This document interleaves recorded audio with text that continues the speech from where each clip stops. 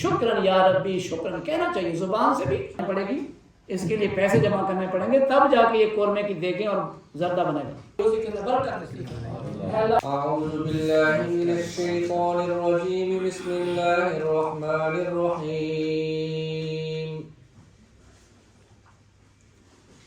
فلما فصل طالوت بالجنود قال إن الله مبتليكم بنهر فمن شرب منه فليس مني ومن لم يطعمه فإنه مني إلا من اغترف غرفة بيده فشربوا منه إلا قليلا منهم فلما جاوزه هو والذين آمنوا معه قالوا لا طاقة لنا اليوم بجالوت وجنوده قال الذين يظنون أنهم ملاقو الله كم من فئة قليلة غلبت فئة كثيرة بإذن الله والله مع الصابرين ولما برزوا لجالوت وجنوده قالوا ربنا أفرغ علينا صبرا وثبت أقدامنا وانصرنا على القوم الكافرين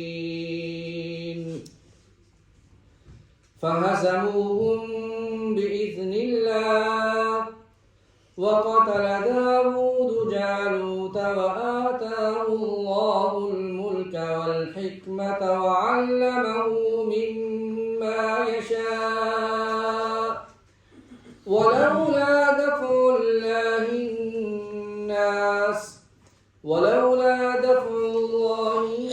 الناس بعضهم ببعض لفسدت الأرض ولكن الله ذو فضل على العالمين تلك آيات الله نتلوها عليك بالحق وإنك لمن المرسلين صدق الله العظيم۔ بسم اللہ من الشیطان الرجیم، بسم اللہ الرحمن الرحیم۔ سارے ساتھی درود پاک پڑھیں۔ اللہم صلی علی محمد وعلی آل محمد کما صلیت علی ابراہیم وعلی آل ابراہیم انک حمید مجید۔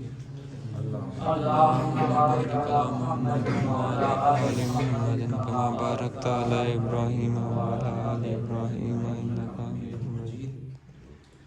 الحمدللہ والصلاة والسلام على من لا نبی بعدہ، اما بعد فاعوذ باللہ من الشیطان الرجیم، بسم اللہ الرحمن الرحیم۔ فلما فصل طالوت بالجنود قال ان اللہ مبتلیکم بنہر فمن شرب منه فلیس منی ومن لم يطعمه فإنه مني إلا من اغترف غرفة بيده فشربوا منه إلا قليلا منه فلما جاوزه هو والذين آمنوا معه قالوا لا طاقة لنا اليوم بجالوت وجنوده قال الذين يظنون انہم ملاقو اللہ کم من فئۃ قلیلۃ غلبت فئۃ کثیرۃ بإذن اللہ واللہ مع الصابرین۔ صدق اللہ العظیم۔ رب اشرح لی صدری ویسر لی امری واحلل عقدۃ من لسانی یفقہوا قولی، آمین یا رب العالمین۔ عزیزان محترم، اللہ کا بڑا احسان ہے کہ اللہ رب العالمین نے مجھے اور آپ کو ایک ایسی مجلس کے اندر آنے کی توفیق دی ہے جس کے اندر خالصتاً اللہ کی رحمتیں اور برکتیں نازل ہو رہی ہیں۔ پتہ نہیں آپ کے علم میں ہے یا نہیں ہے، اللہ رب العالمین نے جب سیدنا آدم اور سیدہ حوا کو پیدا کیا تو جنت کے اندر تو اللہ کی وہ ڈائریکٹ گائیڈ لائن میں تھے، کسی واسطے کی ضرورت نہیں تھی۔ اور جیسے ہی اللہ رب العالمین نے جنت سے نکالا، زمین کے اندر بھیجا، تو انسان کو جن ضرورتوں کی احتیاج یا اس کا محتاج ہے، اللہ نے وہ زمین کے اندر ساری پیدا کر دی۔ پانی کی ضرورت ہے، پانی کے ٹینک بنا دیے، نیچے پائپ لائن بچھا دی، اور سانس لینے کے لیے فضا کی ضرورت تھی، آکسیجن اللہ نے مہیا کر دی۔ ویسے آکسیجن کی قیمت کا اندازہ ابھی ہمیں کورونا کے دوران ہوا ہے کہ آکسیجن کتنی بڑی قیمتی ہے۔ یہ ہمارے بھائی بیٹھے ہوئے ہیں سول ہسپتال کے اندر، ان کے علم میں ہے کہ کیسی کیفیت تھی جب کورونا کے دوران انسانوں کو آکسیجن مہیا نہیں ہوئی تھی، اور کس طرح انسان کا دشمن بن کے کس طرح مہنگائی کی چکی کے اندر اس کو پیس رہا تھا، کس کی وجہ سے؟ آکسیجن کی وجہ سے۔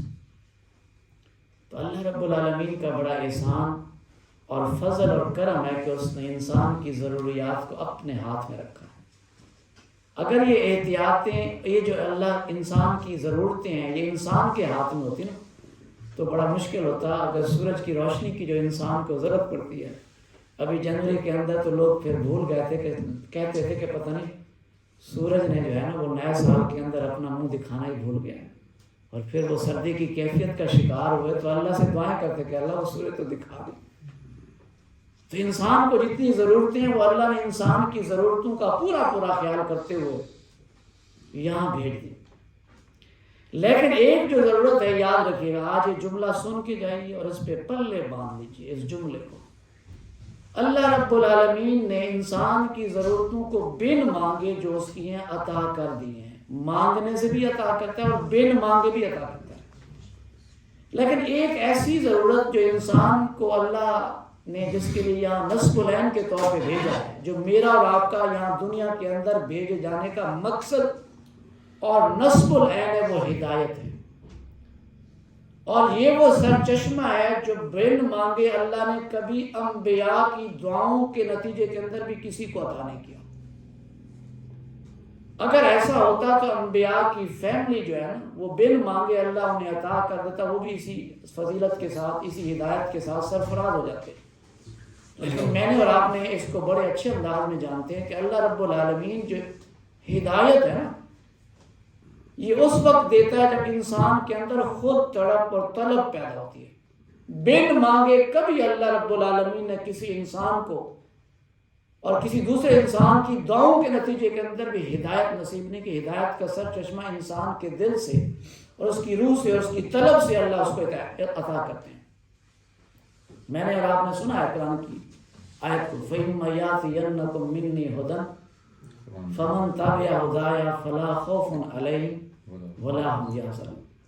فَإِمَّا يَأْتِيَنَّكُم مِّنِّي هُدًى، جب کبھی میری تمہاری طرف ہدایت آ رہی ہے، بھیج دیا آدم کو نیچے تو ساتھ ہی پیغام بھیج دیا، فَإِمَّا يَأْتِيَنَّكُم مِّنِّي هُدًى، جب کبھی میری طرف سے ہدایت آ جائے گی، فَمَن تَبِعَ هُدَايَ، پس جو بندہ مومن اپنے آپ کی ایمان کی حالت کے اندر اس کو ہدایت کے تابع اپنے آپ کو کر دے گا، فلا خوف علیہم، نہ تو انہیں دنیا کے اندر کوئی خوف ہوگا اور نہ آخرت کے اندر کسی خوف کا شکار ہوں گے، ولا ہم یحزنون، اور نہ ہی دنیا میں غمگین ہوں گے اور نہ ہی آخرت کے اندر غمگین ہوں گے۔ تو میں اور آپ جس مجلس کے اندر بیٹھے ہوئے، کس کی مجلس ہے؟ اللہ سے ہدایت طلب کرنے کی وجہ سے، اور یہی وجہ ہے کہ میں اور آپ ہر نماز کے اندر یہ طلب کرتے، اہدنا الصراط المستقیم، اے اللہ میں سیدھی راہ دکھا دے۔ تو یہ طلب جو ہدایت جو ہے وہ طلب کرنے سے ملتی ہے، بن مانگے بغیر طلب کے کسی کو اللہ رب العالمین ہدایت کے سر چشمے سے فیضیاب نہیں کرتے۔ یہ بات ذہن میں رکھ کے جائے۔ یہ جو رمضان کا مہینہ مجھے اور آپ کو اللہ نے عنایت کیا ہے، یہ رمضان کو اللہ کے نبی نے ایسے کہا ہے جیسے یوسف علیہ السلام کہ بھائی تھے 11 مہینوں کے اندر 11 مہینے ایسے ہیں جس طرح یوسف علیہ السلام کے 11 بھائی، اور یوسف علیہ السلام وہ 12 بھائی تھے جن کی دعاؤں کے نتیجے کے اندر اللہ نے انہیں سرفراز بھی کیا، باقی بھائیوں کو بھی اللہ نے اپنی عنایات سے نوازا۔ تو میرے بھائی اور دوستو، یہ جو رمضان کا مہینہ آ رہا ہے خالصتاً قرآن کا مہینہ ہے، اور اس قرآن کے مہینے کے اندر میرا اور آپ کا اگر طرز عمل قرآن کے ساتھ تعلق پیدا نہیں ہوتا تو پھر رمضان کی جو مقصد اور منشا ہے وہ بھی پورا نہیں ہوگا۔ اچھا مجھے بتائیں کہ کسی اور مہینے کے اندر یہ 4 عبادات میں اور آپ نہیں کرتے؟ تراویح کسی اور مہینے میں پڑھتے ہیں؟ کبھی کسی نے تراویح پڑھی ہو؟ تراویح کا اہتمام جو ہے وہ صرف رمضان میں ہے۔ یہ وہ عبادت ہے جو میں اور آپ صرف رمضان کے اندر کرتے ہیں، اور جو فرض روزے ہیں میں اور آپ کبھی اور رمضان کے مہینے میں فرض روزے تو صرف رمضان میں ہی ہوتے ہیں نا جی۔ اور یہ بھی یاد رکھیے گا، فرض روزے کی اہمیت کا اندازہ جو جان بوجھ کے اللہ کے نبی فرماتا ہے جس نے ایک روزے کو جان بوجھ کے چھوڑ دیا، بغیر وجہ کے چھوڑ دیا، اللہ رب العالمین اس کو 500 سال کی زندگی عطا کرنے اور وہ مسلسل 500 سال روزے رکھتا رہے تو اس فرض روزے کی جو اللہ نے اجر و ثواب رکھا ہے اس اجر و ثواب کو نہیں پا سکتا۔ تو اتنی بڑی اہمیت ہے رمضان کے روزوں کی جو بغیر وجہ کے لوگ چھوڑ دیتے ہیں۔ تو میرے بھائی اور دوستو، یہی وجہ ہے کہ اللہ رب العالمین نے مجھے اور آپ کو، ویسے یہ بتا دوں آپ کو، یہاں ان کو آنے کی اللہ توفیق دیتا ہے، من یرد اللہ خیر یفقہہ فی الدین، جس سے بھی اللہ بھلائی کا ارادہ کرتے ہیں دین کی سمجھ دیتے ہی اسے۔ اس کا مطلب یہ ہے کہ میں اور آپ اللہ کے اس فضل و کرم کے اوپر ہر وقت شکر گزار رہنا چاہیے کہ مجھے اور آپ کو رب نے توفیق دی ہے، ہمارا اس میں کوئی کمال نہیں، یہ اس کا خالصتاً محبت اور اس کی نظر کرم ہے کہ میں اور آپ اس مجلس کے اندر مجھے اور آپ کو رب نے توفیق دی ہے۔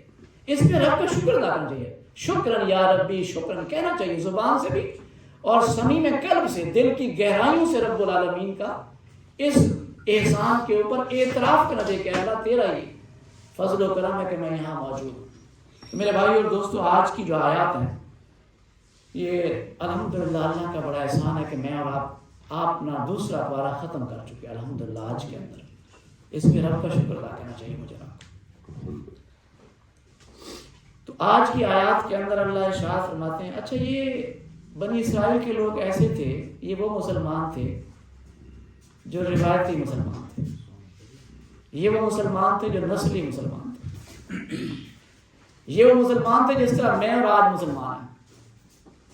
بنی اسرائیل کے لوگ شعوری مسلمان نہیں تھے، پتہ نہیں آپ کو علم میں ہے یا نہیں ہے، بنی اسرائیل کے لوگ شعوری مسلمان نہیں تھے، نسل در نسل اسلام ان کی نسلوں کے اندر آ رہا تھا، اس وجہ سے یہ مسلمان تھے، جس طرح میں اور آپ مسلمان ہیں، والدین مسلمان تھے، ہم مسلمان ہیں، لیکن جو شعور کی حد تک خود جو کلمہ پڑھتا ہے اور قبول کرتا ہے ان کی کیفیت بدل جاتی ہے۔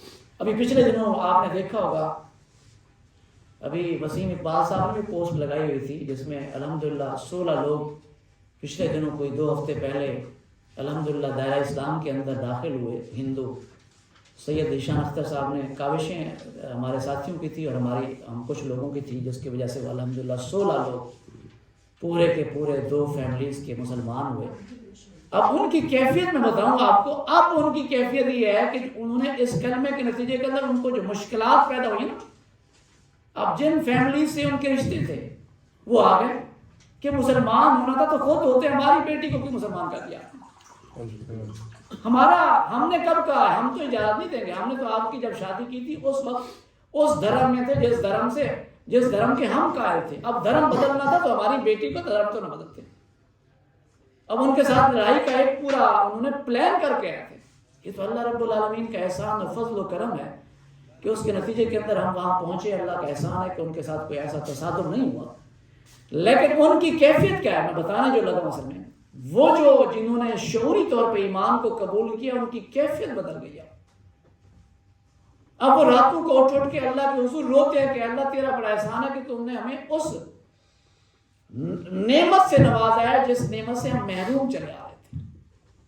تو میرے بھائی اور دوستو، میرے اوپر اور آپ کے اوپر اللہ کا بڑا احسان ہے کہ مجھے اور آپ کو یہ بغیر کسی قیمت ادا کیے ایمان کی دولت سے فیض یاب ہوئے، اس پہ رب کا شکر ادا کرنا چاہیے۔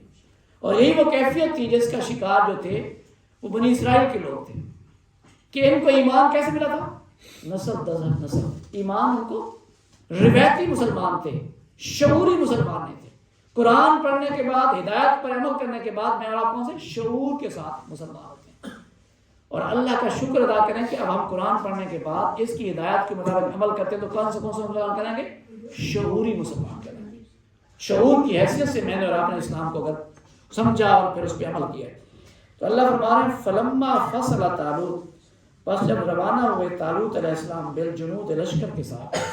یہ پچھلے درس کے اندر آپ نے سنا ہوگا سیدنا طالوت علیہ السلام جو تھے یہ سپہ سالار تھے جس کو اللہ نے مقرر کیا تھا ان کے علم کی بنیاد پہ اور ان کی جسامت اور قد و قامت کی بنیاد پہ، ان کے جثے کی بنیاد پہ اللہ نے انہیں مقرر کیا تھا، مسلمانوں کے لشکر کا سپہ سالار بنایا تھا۔ تو جب سیدنا طالوت علیہ السلام اپنے لشکر کو لے کے نکلے تو اللہ نے انہیں حکم دیا، کہا اس نے سیدنا طالوت علیہ السلام نے اس لشکر سے، ان اللہ، بے شک اللہ تعالی، مبتلیکم، آزمائے گا تمہیں، اللہ تمہیں آزمائے گا۔ یاد رکھے گا ایمان کی جب دولت سے انسان فیض یاب ہوتا ہے تو اللہ آزماتا بھی ہے۔ ویسے میں نے اور آپ نے سنا ہوا ہے کہ جب کبھی کسی سیرپ کو پیتے ہیں، آپ تو اچھے طریقے سے جانتے ہیں، اس پہ لکھا تھا شیک ویل بیفور یوز، اس کو اچھے طریقے سے ہلائیں تو پھر استعمال کریں۔ تو اللہ رب العالمین بھی اپنے بندوں کا امتحان لیتا ہے جو اس پارٹی کے اندر یا اللہ کے اوپر ایمان لانے کے نتیجے کے اندر اللہ پھر انہیں شیک کرتا ہے، کہ دیکھتا ہے کہ کیا واقعی ان کے اندر ایمان کی حلاوت پیدا ہوئی ہے یا نہیں ہوئی، ایمان ان کے اندر راسخ ہوا ہے یا نہیں ہوا۔ تو یہی وجہ تھی کہ سیدنا طالوت علیہ السلام نے اپنے اس لشکر کو جن کو لے کے وہ جالوت پہ حملہ آور ہونے جا رہے تھے ان سے کہا ان اللہ مبتلیکم، کہ اللہ تمہیں آزمائے گا بنہر، ایک دریا پر، فمن شرب منہ، پس جس نے پی لیا اس سے، فلیس منی، اس کا مجھ سے کوئی تعلق نہیں ہے، اس کا میری پارٹی سے، میرے لشکر سے کوئی تعلق نہیں ہے۔ ویسے میں نے اور آپ نے بھی حدیث سنی ہے، النکاح من سنتی فمن راغب عن سنتی فلیس منی، اللہ کے نبی کا فرمان ہے کہ نکاح میری سنت میں سے ہے، جس نے اس کے اعراض کیا وہ مجھ سے نہیں ہے۔ اس کا مطلب یہ ہے کہ اللہ پر، یہ تو نہیں کہ خدا نخواستہ، مطلب یہ ہے کہ اس کا اگر میرے اوپر ایمان اور عقیدہ ہے تو پھر اس کام کو ضرور اور لازم کر لے اپنے اوپر۔ اور یہی وہ بات تھی جو سیدنا طالوت علیہ السلام نے اپنے لشکر سے کہی کہ فمن شرب منہ، تم میں سے جس آدمی نے بھی اس پانی کو پی لیا جس کا اللہ نے، جس کو آزمانے کے لیے نہر سے تمہیں گزرنا ہے، فلیس منی، تو اس کا مجھ سے کوئی تعلق نہیں، پھر وہ پیچھے رہ جائے گا، تو میرے لشکر میں نہ شامل ہو کر۔ ومن لم یطعمہ، اور جو اس کو نہیں پیے گا، فإنہ منی، پس وہ میرا ہے، وہ میرے ساتھ چلے گا، اس کو آگے، انہی کو میں آگے لے کے چلوں گا۔ ویسے یہ یاد رکھیے گا یہ جو روایتی مسلمان ہوتے ہیں نا، ایمان بھی کمزور ہوتا ہے، اور ہم ہر دفعہ روایتی مسلمان جو ہے نا ایسی صورتحال کے اندر جب بھی آتے ہیں آزمائش کے اندر پھر بہت پیچھے چلے جاتے ہیں، اور یہی وہ حالت تھی جو اس وقت بنی اسرائیل کی تھی، یہ روایتی مسلمان تھے نا، تو کیفیت کیا تھی کہ انہوں نے بھی ایسا ہی کیا۔ تو اللہ فرما رہے ہیں اللہ، مگر ومن لم یطعمہ، جو نہیں پیے گا اس کو، فإنہ منی، پس وہ بے شک مجھ میں سے ہے، اللہ، مگر من اغترف، جو بھر لے غرفتن، چلو، بیدی، اپنے ہاتھ سے ایک چلو بھر پانی، بس۔ ویسے مجھے اور آپ کو پتا ہے کہ اللہ رب العالمین نے جب انسان کی جان کو خطرہ ہو تو اس وقت تھوڑا سا جان کو بچانے کے لیے جس کو اللہ نے منع کیا اس کے استعمال کے ساتھ اجازت ہے جان بچانے کی، تک اس سے اوپر نہیں ہے۔ اور یہاں بھی اللہ رب العالمین نے اجازت دی تو اس نیت سے دی کہ اتنا پانی پئیں جس سے آپ کا صرف گلا جو خشک ہے وہ ٹھیک ہو جائے اور تھوڑا سا اس کے ساتھ آپ کو چلنے کے قابل ہو جائے۔ لیکن ہوا کیا، وہ روایتی مسلمان وہی طریقہ ہوا، فشربوا منہ، اور سب نے پانی پی لیا، الا قلیلا منہم، مگر تھوڑے بہت، 300 کہتے ہیں کہ 300 کے قریب تھے جو بچ گئے تھے، باقی سب نے پانی پی لیا۔ ویسے یہ انسان کی فطرت ہے کہ جب دیکھتا ہے کہ سب لوگ، ویسے ایک استاد صاحب نے، آپ بھی استاد صاحب اکٹھے ہوئے، ایک استاد صاحب نے، استاد محترم، ایک استاد صاحب نے اسٹوڈنٹ سے پوچھا کہ بیٹا تمہارا میتھ اچھا ہے؟ اس نے کہا جی بہت اچھا ہے۔ آپ سے پوچھ رہا ہوں تو میتھ اچھا؟ اس نے کہا ہاں جی میتھ بڑا اچھا۔ اچھا بتاؤ بیٹا کہ ایک کمرے کے اندر 10 بھیڑیں تھیں، 3 چلی گئیں تو باقی کتنی بچی؟ تو لڑکا بڑا سیانا تھا، اس نے کہا استاد جی 1 نہیں بجی. استاد نے کہا کہ تیرا میتھ تو بڑا کمزور ہے, اس کا مطلب تو نے تو کہا میرا میتھ بڑا اچھا ہے. اس نے کہا استاد جی 1 بھیڑ جائے تو باقی پیچھے چلی جاتی, یہاں تو 3 چلی گئی, باقی کہاں بچے گی؟ تو یہاں تو بھیڑ چال ہے. تو ایک آدمی اگر ایسا وہی ہوا, ایک نے پیا تو سب نے پی لیا, الا قلیلا, مگر بہت تھوڑے تھے 300 کے قریب تھے جو بچ گئے جنہوں نے پیا. اور ہمارے یہاں وہی بھیڑ چال, روایتی مسلمان جو ہے وہ بھیڑ چال کا شکار ہوتے ہیں. شعوری جو بندہ ہے وہ کبھی ایسا نہیں کرتا. جس کو شعور ہوگا وہ اپنے نفع نقصان کو کس پہ پرکھے گا؟ وہ اللہ اس کے رسول کی سنت پہ پرکھے گا کہ میرا یہ طرز عمل اللہ اس کے رسول کو پسند ہے یا نہیں ہے. میرا دنیا کا نقصان ہوتا ہے تو ہو جائے, لیکن میرا رب مجھ سے ناراض ہو. مجھے بتائیے کہ آج تو کونسلر کوئی نہیں چھوڑتا, اور حافظ نعیم صاحب نے اس کو تو 47 فارم دے کے جتوا دیا گیا تھا نا ایم پی اے کی سیٹ سے. اس نے کہا نہیں بھائی, ہم نے سارے 45 فارم چھانے ہیں, ہمارے ووٹ کم ہے, ہم اس سیٹ کو لینے کے لیے تیار نہیں, یہ سیٹ کسی اور کی ہے, جس کی ہے اس کو دے دیں. تو کون آج چھوڑتا ہے؟ یہ وہ لوگ ہیں جو شعوری مسلمان ہوتے ہیں.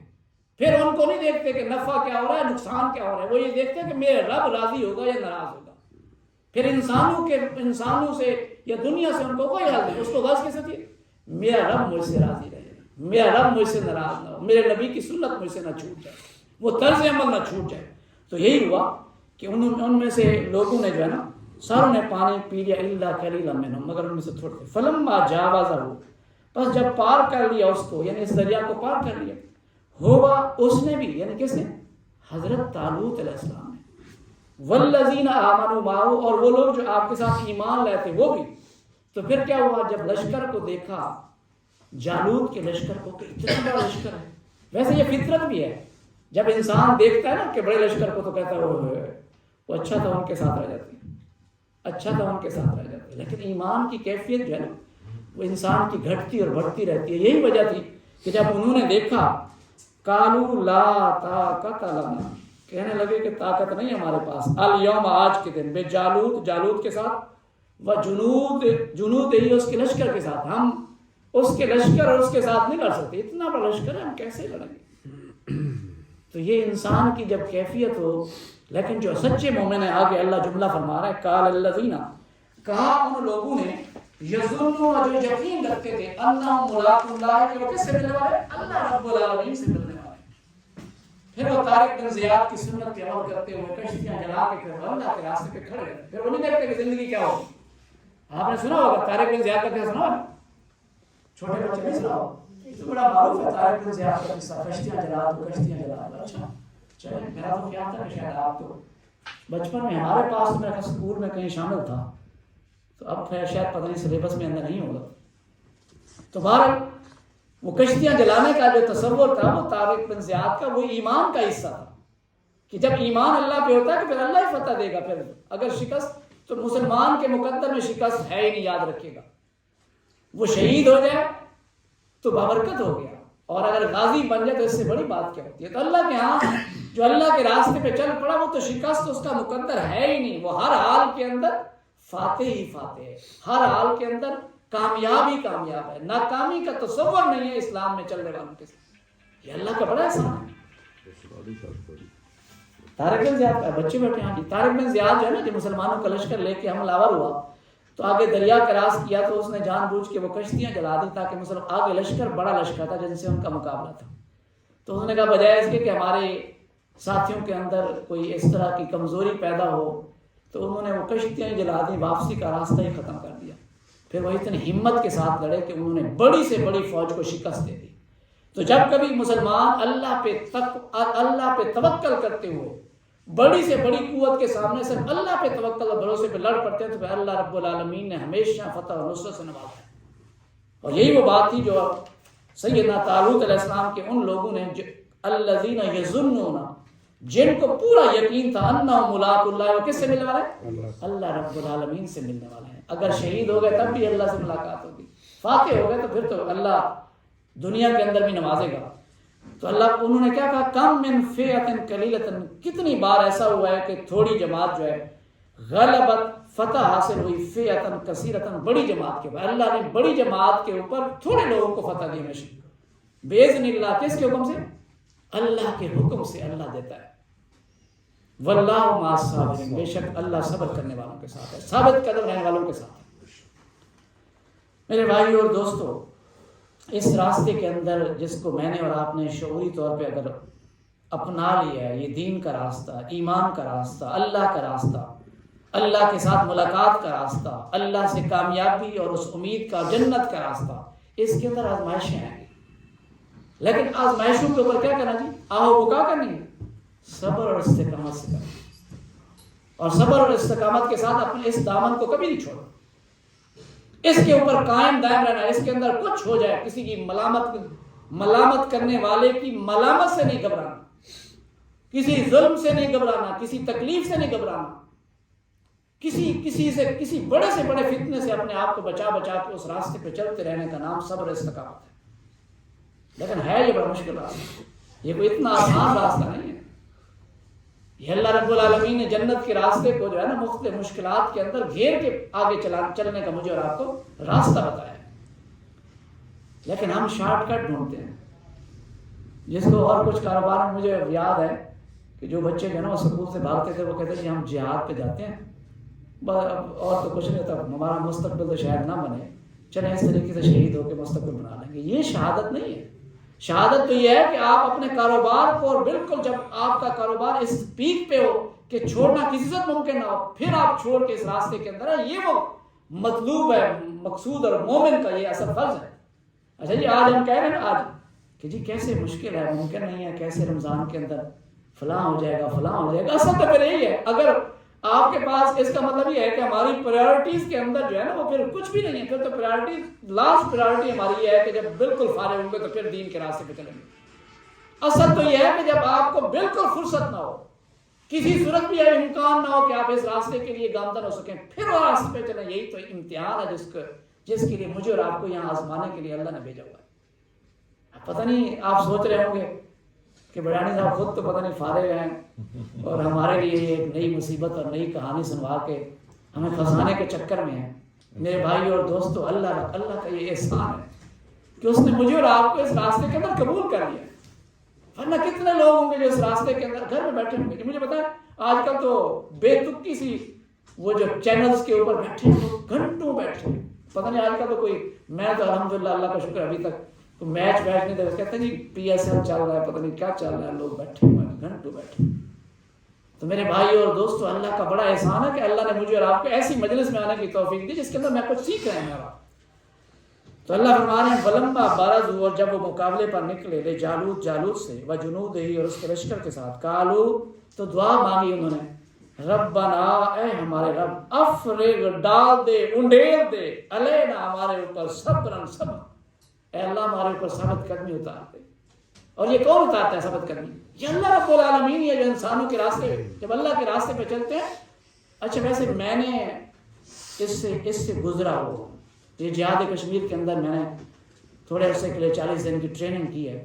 میں نے ایسے واقعات دیکھے ہیں، میں سمجھ سے باہر ہوتا ہے کہ اللہ رب العالمین کیسے مجاہدین کی مدد کرتے ہیں. بالکل ناقابل یقین ہوتا ہے، لیکن اللہ مدد کر رہے ہوتے ہیں.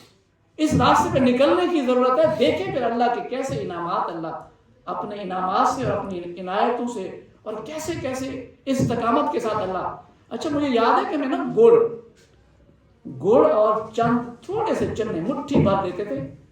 جس طرح ٹریننگ ہوتی ہے اس طرح ٹریننگ، ایسی خطرناک ٹریننگ ہوتی ہے، بھوک مار کے ہمیں ٹریننگ دی جاتی ہے. آج بھی مجھے یاد ہے کہ تھوڑے سے چنے، بالکل مٹھی سے بھی تھوڑے سے چنے اور اتنا سا گڑ دیتے تھے.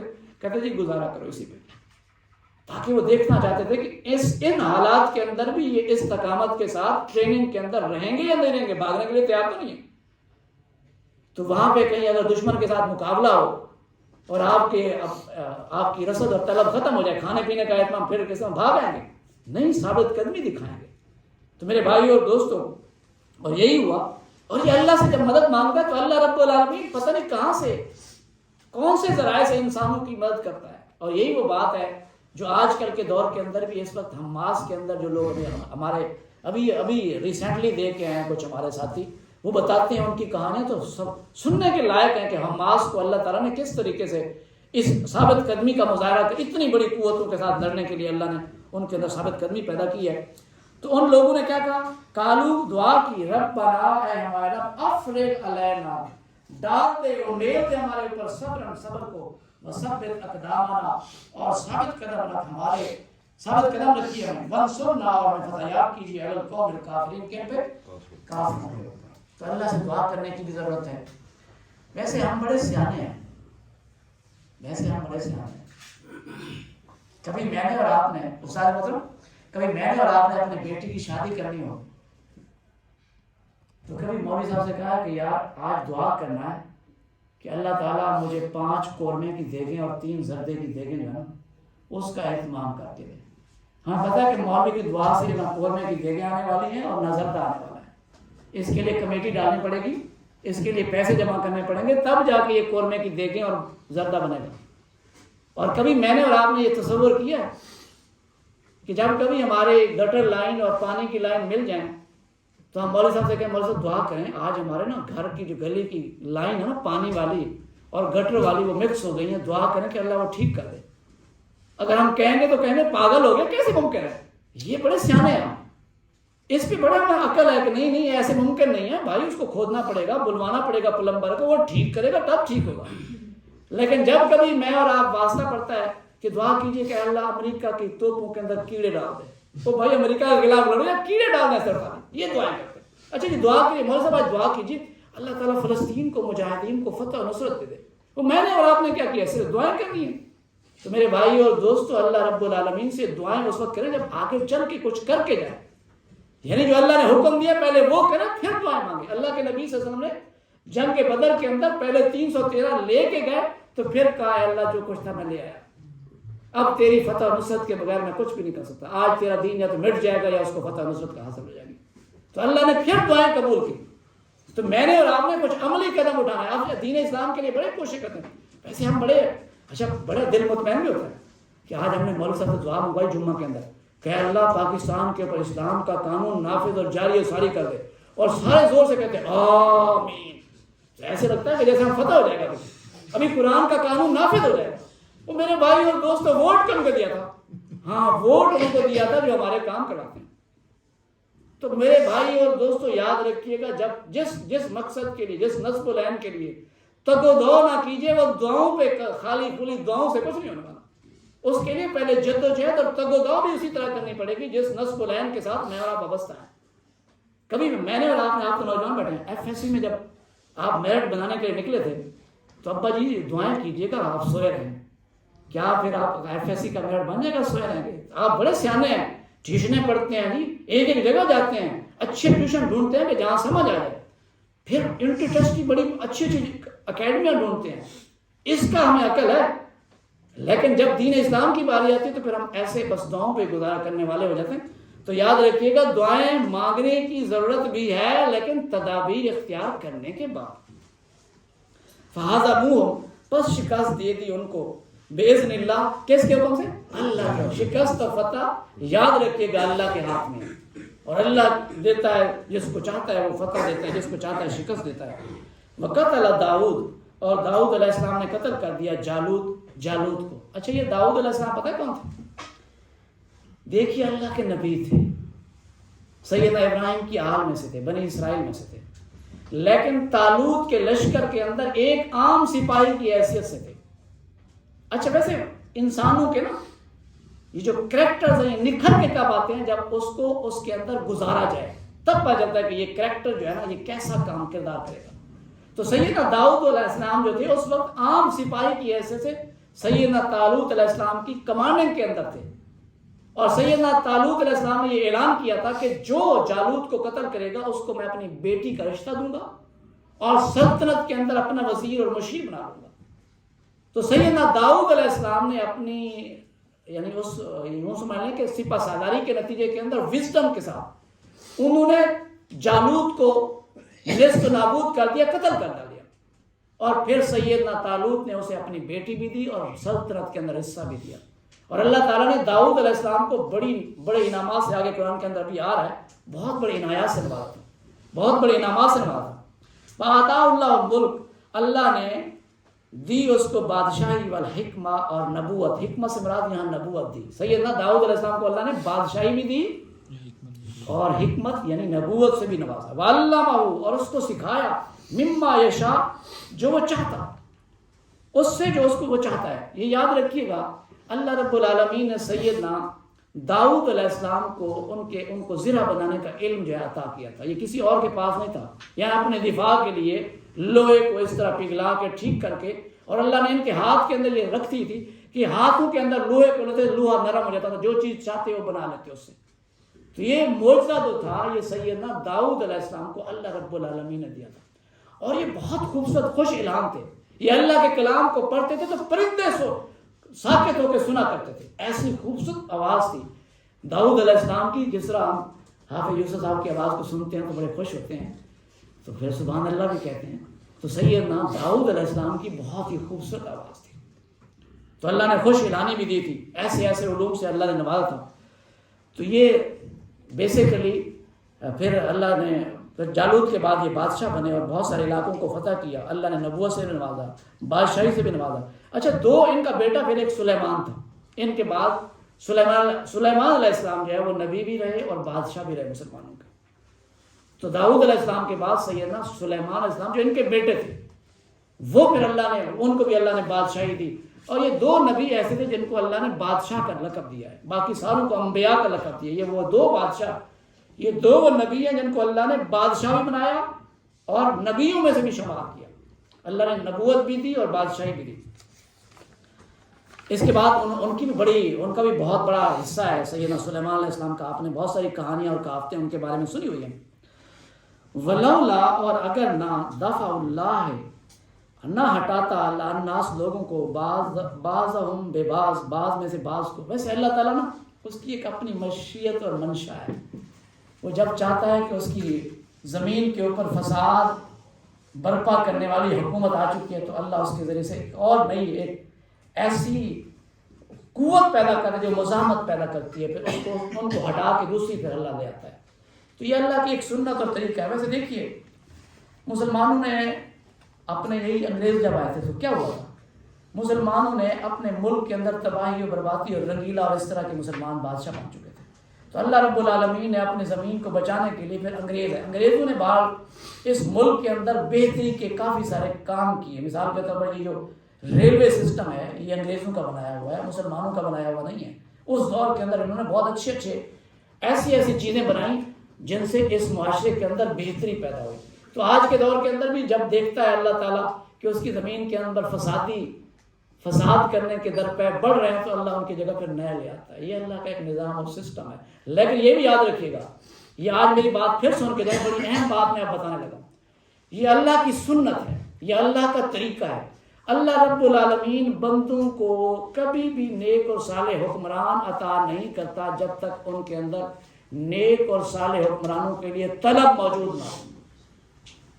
دعا مانگ رہے ہیں، صرف طلب ہے۔ آپ اس کا حال دیکھیں مکہ کے اندر دیکھیے 13 سال بلکہ 53 سال آپ صلی اللہ علیہ وسلم نے مکہ کے اندر کتنے سال گزارے؟ 53 سال۔ لیکن مکہ کے لوگوں نے اس خوبصورت اور بہترین نظام کو اپنانے کے لیے تیار نہ ہوئے، تو اللہ رب العالمین نے پھر انہیں اس نظام کو نہیں دیا، صالح قیادت عطا نہیں کی، یعنی اپنے لیے انہوں نے بدبخت چنے تو اللہ نے کہا بدبختوں کے حوالے کر دیا۔ اور مدینہ کے لوگ دیکھیے صرف چند عرصے کے اندر انہوں نے بلایا اور انہوں نے اپنا نبی مہربان کو اپنا بادشاہ اور اپنا لیڈر مقرر کر دیا، تو اللہ نے ان مدینہ کے لوگوں کو دیکھیے پوری دنیا کے اوپر غالب کر دیا۔ اس کا مطلب یہ ہے کہ حالانکہ آپ کے ساری قوم کے لوگ، قبیلے کے لوگ کہاں رہتے تھے؟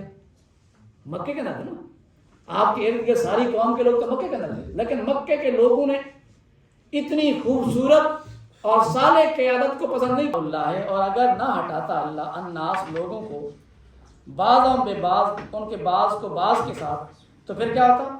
لفسدت الارض، تو بھر جاتی زمین کیسے؟ فساد سے۔ ولکن اللہ، لیکن اللہ تعالیٰ ذو فضل، بڑے فضل والے ہیں، علی العالمین، دنیا والوں پر۔ یہ اللہ کا دنیا والوں پر فضل ہے کہ اللہ نے فساد سے اس زمین کو کافی حد تک محفوظ کیا ہوگا۔ یہ فساد جب کبھی برپا ہوگا تو اللہ نئے لے آئے گا، اور آپ کے سامنے 12 ہوا ہے۔ یہ پتہ نہیں مجھے جملہ کہنا چاہیے نہیں کہنا چاہیے، لیکن یہ بتا دوں ابھی بھی آپ کے معاشرے کے اندر فساد والوں نے جو فساد ذہن کے اندر برپا کیا ہے اس کو صدیوں تک بھی یاد رکھا جائے گا. جو اخلاقیات کی خرابی جو ہے یہ سب سے بڑی خرابی ہے. اب دیکھیں کیسے کیسے جملے جو ہیں وہ ہٹ ہوتے ہیں. اچھے جملے کبھی ہٹ ہوئے ہیں؟ کتنے برے الفاظ ادا کرنے والے لوگ ہٹ ہو جاتے ہیں اور جو خوبصورت گفتگو کرنے والے انہیں کوئی یاد ہی نہیں کرتا. تو اس کا مطلب یہ ہے کہ سب سے بڑا فساد یہ ہے کہ معاشرے کے اندر کوئی اس طرح بے حیائی اور ایسا اصول پنپ جائے جو انسانوں کے لیے بہتر نہیں. تو اللہ تبدیل کر دیتا ہے. اللہ کی سنت ہے. اللہ بڑے فضل والے ہیں. یہ اللہ کا فضل ہے. ہماری کوئی اس میں کہ اللہ کا فضل ہے کہ اللہ انسانوں کو اپنے فضل سے فسادیوں سے محفوظ کر کے پھر کسی حد تک بہتری کی ضرورت ہے. ویسے میں پتہ نہیں آپ اس سے اتفاق کریں نہ کریں، میں ویسے لوگوں کا بڑا بعض اوقات ظاہری طور پہ بڑا مخالف ہوتا ہوں. جب میں دیکھتا ہوں نا پھر میں جا کے مجھے اندازہ تو نہیں یار اصل بات کچھ اور ہے. اب میں رحیم یار کا رہا ہوں کچھ ایسا نہیں، تو وہاں چودھری منیر صاحب ہیں، ان کے بارے میں وہ سمجھتی ہیں پتہ نہیں کوئی ان کے مریم نواز کے یا کسی طرح کچھ ہے ان کا آپس میں کوئی رشتہ داری ہے. اچھا میرا نا ان کے بارے میں بڑا عجیب و غریب ایٹیچیوڈ تھا، یار یہ تو بڑے غلط لوگ ہیں. لیکن میں وہاں جا کے حیران ہوا کہ انہوں نے اتنے بڑے بڑے ٹربائن جو ہیں وہ آر او سسٹم کے لگائے ہوں کہ پورے کا پورا رحیم یار کا وہاں سے پانی مفت بھرتا ہے. تو میں نے کہا کوئی نہ کوئی نیکی ہے جس وجہ سے اللہ تعالیٰ کسی انسانوں کو کچھ بہتر انداز میں آگے بڑھنے کا موقع دیتا ہے. اور یہی جو ہے فرعون کا جو دربار تھا، جب فرعون جب تک انسانوں کو کھانا کھلاتا رہا اپنے دربار کے اندر تو اللہ نے اسے قائم دائم رکھا. اس کے ایک وزیر نے کہا کہ یہ کیا کر رہے ہو، بند کر دو. جیسے ہی اس نے انسانوں کو کھانا کھلانا بند کیا اللہ نے اسے غرق کر دیا دریا کے اندر. تو اس کا مطلب یہ ہے کہ انسان کی کوئی نہ کوئی نیکی ایسی ہوتی ہے فساد کے باوجود اللہ اسے قائم رکھتا ہے. کوئی نہ کوئی بڑی نیکی ہوتی ہے جس پہ انسانوں کے ساتھ مفاد کا واسطہ تعلق ہوتا ہے.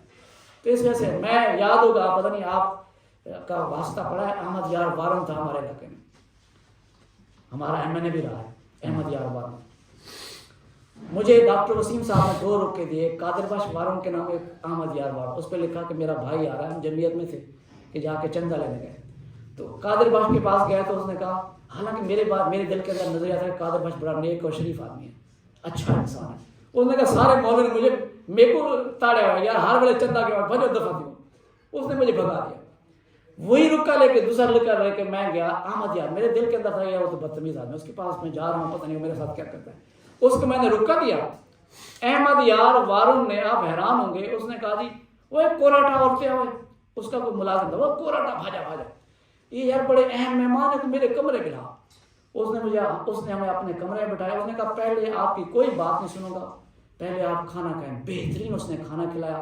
پھر وہ آیا اپنے کمرے میں، کہنے لگا جی ڈاکٹر صاحب نے کیا کہا ہے، کس لیے آیا ہے. میں نے کہا جی پیسے مانگے. وہ ایک کوراٹا میری وہ چاوا باسکٹ چاوا، انہوں نے جو اس میں سے 5,000 نکالا. اس وقت 5,000 بڑی قیمت تھی. 5,000 نکالا، کہتے یہ لے جائیں. میرے پاس پھٹی ابھی بکی نہیں ہے ورنہ میں زیادہ دیتا یہ پھٹی. تو میرے دل کے اندر دل و دماغ کے اندر جو ایک کنسیپٹ بنا ہوا تھا قادر بخش کے بارے میں بدل گیا اور احمد یار کے بارے میں بدل گیا. تو اس کا مطلب کوئی نہ کوئی میں نے اس کے دربار کے اندر دیکھا جتنے لوگ بیٹھے تھے سب کو بلا امتیاز وہ کھانا کھلاتا تھا، سب کو بلا امتیاز. تو کوئی نہ کوئی کسی کی اگرچہ وہ کچھ اور کام کرتا تھا، وہ اللہ جانے اس کا بندہ جانے، لیکن کوئی نہ کوئی نیکی انسان کی ہوتی ہے جس طرح اللہ تعالیٰ اس کو قائم دائم رکھتا ہے. تو یہی وجہ ہے کہ یہاں اللہ فرما رہے ہیں کہ وہ جب فساد پھیلتا ہے تو اللہ اپنے فضل سے اس فساد کو بدل دیتا ہے، پھر نئے لوگ لے آتا ہے. لیکن اللہ تعالیٰ ذو فضل، بڑے فضل والے ہیں عالمین دنیا میں. تلک آیات اللہ، یہ اللہ کی آیات ہیں، نتلوها علیک بالحق، جو ہم تلاوت کر رہے ہیں، پڑھ رہے ہیں، علیک آپ پر بالحق کے حق کے ساتھ. یہ جو تلاوت میں آپ کر رہے ہیں کیا ہے؟ اللہ کی آیات ہیں اور یہ حق ہے. یہ وہ سچی باتیں ہیں. وہ جو میں اور آپ ٹی وی پہ بیٹھ کے نا 2-2 ڈھائی گھنٹے کب سے سنتے ہیں، وہ جھوٹی باتیں ہیں. اور یہ وہ سچی باتیں ہیں جس کو سننے کی ضرورت ہے، جس پہ کان لگانے کی ضرورت ہے، جس کے ساتھ اپنے تعلق کو پیدا کرنے کی ضرورت ہے. اس کا طریقہ پتہ نہیں پہلے بتایا تھا یا نہیں بتایا تھا، آپ سن لیں. کبھی آپ نے سمندر کے کنارے کھڑے ہو کے دیکھا ہوگا جب سمندر کی لہروں کے ساتھ کیا بہتے ہیں، شاپر چھلکے ہوتے ہیں، لیکن سمندر کے اندر غوطہ جب لگاتے ہیں تو وہاں ہیرے موتی اور جواہرات تو سمندر کی تہہ کے اندر ہوتے ہیں. تو اسی طرح قرآن مجید کو میں اور آپ اگر اس کی اصل روح کے ساتھ سمجھنا چاہتے ہیں تو اس کے اندر غوطہ زن ہونا پڑے گا، پورے طریقے سے اس کو سمجھنے اور اس پہ فہم کرنے کی کوشش کرنی پڑے گی، پھر مجھے اور آپ کو موتی ملیں گے جو مطلوب ہیں اس قرآن سے، اور یہ وہ موتی ہیں جو مجھے اور آپ کو چننے کی ضرورت ہے۔ اس رمضان کے اندر ان موتیوں کو چننے کے لیے میں اور آپ قرآن کے ساتھ تعلق پیدا کریں۔ اور میں آپ سے کہوں گا، مجھے بھی اللہ نے ایک دفعہ توفیق دی، تحدید سے نعمت کے لیے بتا رہا ہوں، اس میں کوئی اپنی بات بتانے کی ضرورت نہیں ہے، لیکن تحدید سے نعمت کے لیے بتا رہا ہوں۔ مجھے یاد ہے کہ محلے کے اندر نا رمضان کا مہینہ آیا تو وہ جو آخری عشرہ ہوتا ہے اعتکاف کا، تو وہ اعتکاف بیٹھنے کے لیے محلے میں کوئی تیار نہیں تھا، تو مولوی صاحب اور سارے، میں قرآن مجید درس دیتا تھا، مجھے کہنے لگے مولوی صاحب، بڑھانی صاحب آپ بیٹھ جائیں گے، دیکھیں پورا محلہ ورنہ یہ سارے کا سارا گنہگار ہو جائے گا، چلیں آپ لوگوں کو نیک، ویسے جو بندہ نیکی کرتا اس کو پھر لوگ پن پوائنٹ بھی کرتے، چلیں میں نے کہا بیٹھ جاتا ہوں۔ تو اس رمضان کے اندر جس رمضان کے اندر میں اعتکاف بیٹھا تو میں نے ساری تفاسیر اپنے سامنے رکھی، حالانکہ میں درس قرآن پہلے بھی دیتا تھا، لیکن جیسے میں نے قرآن سے اس رمضان کے اندر سوائے جو ضروری مطلب نوافل تھے، سنتیں تھیں، ان کے بغیر میں سارا دن یعنی 24 گھنٹوں کے اندر صرف 5-6 گھنٹے سوتا تھا، قرآن سے مسلسل تعلق رکھا۔ 18 پارے میں قرآن مجید کے ترجمہ تفہیم سے پڑھ سکا ان دنوں کے اندر، 10 دنوں کے اندر 24 گھنٹے میں مستقل مشغول ہونے کے بعد۔